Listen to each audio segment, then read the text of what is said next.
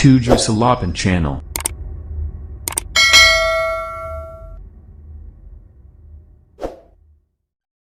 Oke, bismillahirrahmanirrahim. Assalamualaikum warahmatullahi wabarakatuh. Kembali lagi bersama saya Ade Raywadin di 78 Channel. Pada kali ini saya akan memberikan tutorial untuk rekan-rekan proktor atau operator madrasah yang kebetulan pada kesempatan ini sedang mengoperasikan rapot digital madrasah ya, atau RDM. Nah, khusus untuk kali ini saya akan memberikan tutorial bagaimana cara memindahkan data atau proses restore backup database dari hosting ke PDA ya, dari yang versi hosting ke PDA atau sebaliknya. Nah, ini pada intinya sama. Jadi seperti apa? Nah, ini saya akan mencontohkan untuk salah satu sekolah. Saya akan coba loginkan. Ini kebetulan saya menggunakan yang versi hosting. Jadi kita akan lihat datanya. Nah, ini sudah fix ya. Data-data di sini sudah fix. Kita akan ambil contoh. Ini untuk salah satu data siswa misalnya. Kita akan lakukan proses editing di sini untuk data siswa. Ini hanya sekedar memastikan ya. Ini hanya sekedar memastikan bahwa memang proses untuk restore dan backup yang tadinya dari RDM versi hosting kemudian sekarang kita mempergunakan VDI misalnya, atau sebaliknya yang tadinya dari VDI kemudian sekarang menggunakan hosting, itu pada intinya sama ya. Jadi kita akan lakukan percobaan apakah dengan melakukan proses backup dan restore ini akan merubah data ya, maksudnya data yang sudah fix. Misalnya salah satu contohnya kita sudah mengoperasikan RDM ini di versi hosting. Nah, saya akan contohkan untuk salah satu siswa, misalnya ini Adi Permana ya. Kita akan lakukan proses edit untuk NIS saja. Contohnya di sini yang tadinya 01, kita akan pakai angka 100 di sini. 101 ya. Nah, apakah nanti data kita ini akan berhasil restore ke yang versi VDA? Ini kita baru di versi hosting ya. Nah, setelah itu rekan-rekan pastikan bahwa memang sudah melakukan proses backup restore. Nah, kita akan lakukan proses backup restore. Di sini kita lakukan proses backup. Kita akan tunggu prosesnya sampai selesai. Nah, ini sudah berhasil. Kita sudah melakukan proses backup ini di jam 16.47 ya, ini yang terakhir. Kita akan lakukan proses download. Nah, setelah rekan-rekan memiliki file backupan untuk RDM ini, nah, saya akan lakukan percobaan untuk menginstalasi RDM yang versi VDA ya. Nah, saya sudah disiapkan di sini. Ya, yang jelas rekan-rekan siapkan untuk file VDA-nya. Saya akan lakukan proses new di sini. Misalnya RDM. Kemudian tipenya Linux.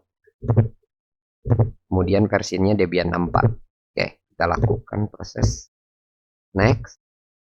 Kemudian kita atur untuk memori dan kita pasangkan ya filenya. Kita ambil add. Tadi saya sudah menyimpan VDA RDM ya, VDA RDM. Ini RDM percobaan. Kita masukkan, kemudian kita choose. Ini seperti biasa ya, proses instalasi. Kemudian settingan kita atur kembali. Untuk sistem prosesor cukup. Nah, di network ini kita pilih yang host only saja. Jadi langsung ke VirtualBox ya. Karena ini hanya percobaan, jadi kita tidak menyebarkan RDM ini ke klien ya. Jadi kita hanya lakukan proses instalasi di server. Kita pilih NAT. Kemudian kita oke.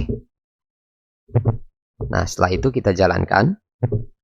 Nah, untuk rekan-rekan ini karena saya tadi mencoba tidak tersambung ya, ini saya hanya menggunakan laptop, jadi bukan menggunakan server.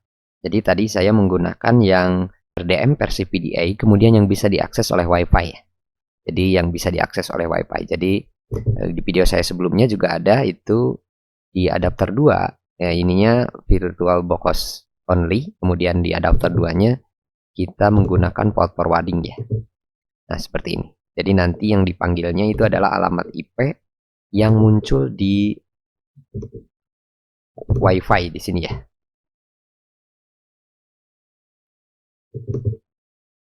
Kita akan lihat di sini di status. 192.168.100.8. Nah, ini yang akan kita panggil, kemudian menggunakan titik 2 10, karena tadi saya di forwardingnya menggunakan hostnya itu di 10 ya. Oke, nah ini sudah jalan. Ini yang versi PDA, kemudian ini yang versi hosting tadi. Oke, kita akan coba.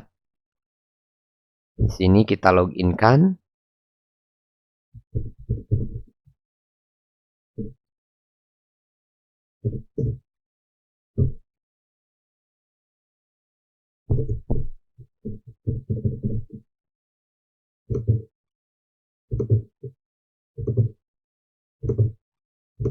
Oke, kita login, proses autentikasi. Oke, kita login, kemudian kita tunggu ya sampai ini masuk ke tampilan dashboard.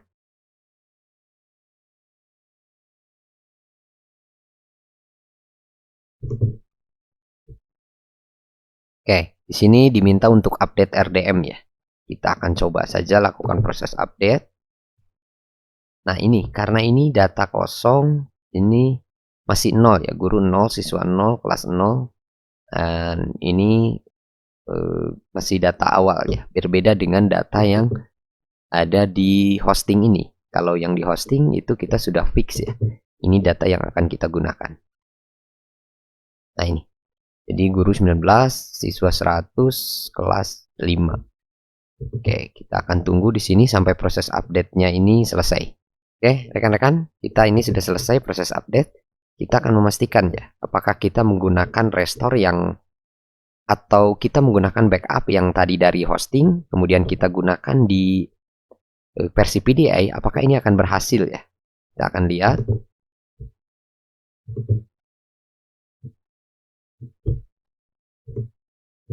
Oke, di sini di menu backup restore yang ini kita menggunakan yang versi PDA ya. Yang tadi yang di hosting kita backup terlebih dahulu, kemudian yang di PDA kita akan lakukan proses restore. Oke, kita klik restore, kemudian kita drop filenya yang sudah tadi kita download. Ya, ini. Oke, kita akan coba apakah ini berhasil. Oke, kita tunggu sampai prosesnya ini 100%. Oke, data berhasil di restore. Kita akan lihat, kita akan logout terlebih dahulu.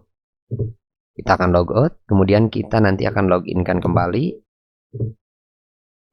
Nah, apakah yang hosting tadi bisa di restore ke yang versi PDA ya? Kita akan lihat. Oke, siswa ini sudah pick 19, 105. Kemudian tadi juga kita sudah mengedit nisen siswa ya. Kita akan coba lihat.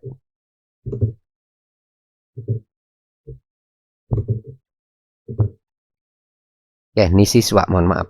Nah, ini atas nama Adi Permana. Nah, ini jadi ada angka 1 di depannya.